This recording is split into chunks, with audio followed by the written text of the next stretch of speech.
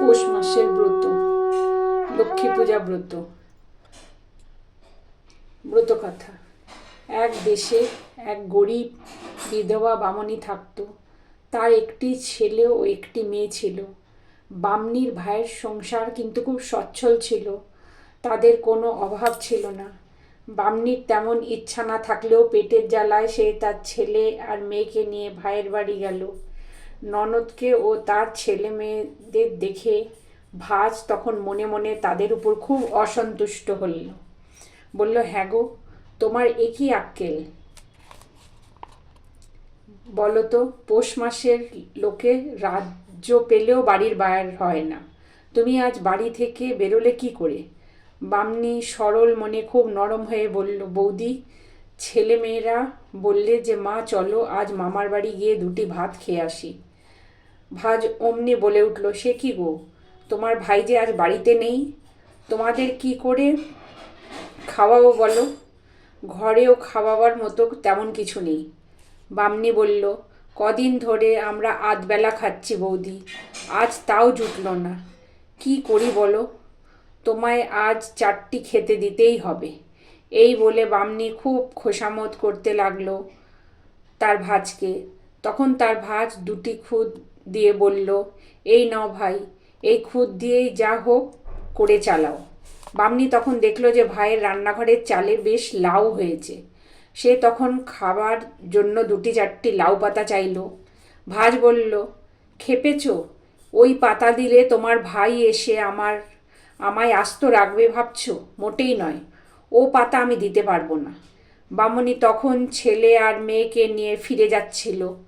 ভাজ বলল, চলেই না হয়ে যাচ্ছ, আমার মাথার দুটো পাকা চুল তুলে দিয়ে যাও দেখিনি। বামনি বলল, সে কি বৌদি, আজকে লক্ষ্মীবার, লক্ষ্মীবারে কি চুল তুলতে আছে?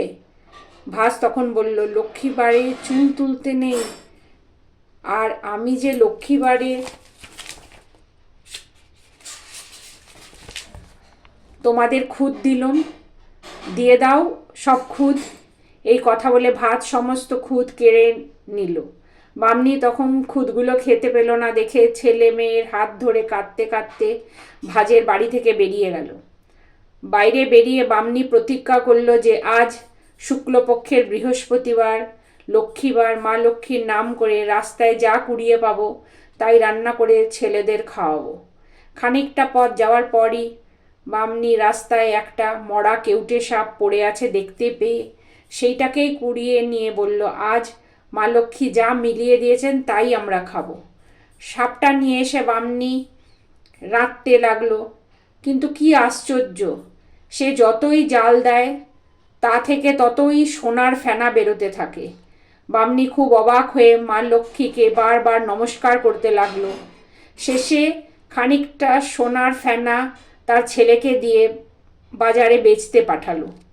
সোনার ফেনা বেচে ছেলে বেশ কিছু টাকা পেল, আর সেই টাকা চাল ডাল তরকারি দই সন্দেশ কিনে আনলো। বামনি তখন মা লক্ষ্মীর পুজো করে তারপর জল খেলো। বাকি সোনার ফেনা বিক্রি করে বামনি বিস্তর টাকা পেল, আর সেই টাকায় সে সোনার আর হীরের গহনা গড়ালো আর একটা খুব বড় বাড়ি তৈরি করলো। বামনির ভাজ একদিন সকালবেলা উঠে দেখলো যে বামনির কুড়ে চালা সেখানে ছিল সেটি আর নেই, সেখানে একটা মস্ত বড় বাড়ি উঠেছে। বামনির এই অবস্থা কি করে হলো জানবার জন্যে তার ভাজ ওদের সবাইকে নেমন্তন্ন করে পাঠালো। বামনির তখন ছেলের বিয়েও হয়ে গেছে। সে তার ছেলের বউ আর মেয়েকে নানা রকম গয়না পরিয়ে খুব সাজিয়ে পালকি করে ভাজের বাড়িতে এসে পৌঁছালো। তাদের এইভাবে আসতে দেখে ভাজ তো অবাক।